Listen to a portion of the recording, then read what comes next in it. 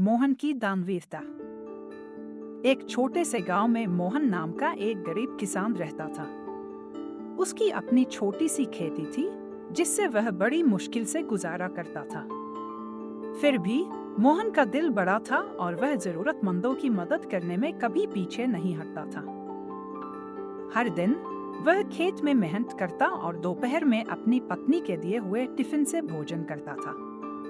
उसकी पत्नी उसके लिए रोज रोटियां और सब्जी बांध कर देती थी।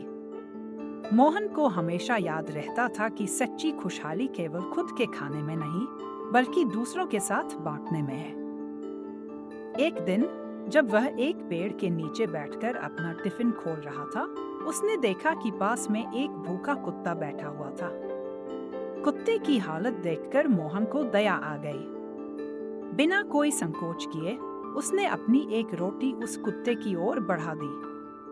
कुत्ता पहले डरा, लेकिन धीरे धीरे उसने रोटी खा ली और अपनी पूंछ हिलाने लगा।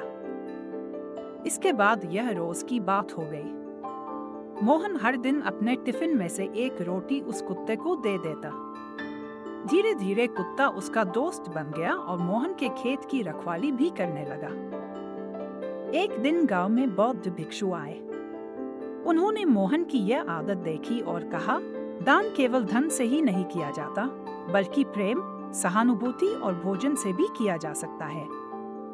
जब तुम किसी भूखे प्राणी को खिलाते हो तो यह सबसे पवित्र दान होता है।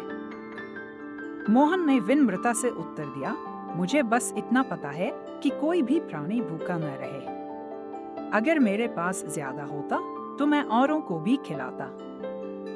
भिक्षु मुस्कुराए और बोले, तुम्हारा यह प्रेम और करुणा ही सच्ची दानवीरता है।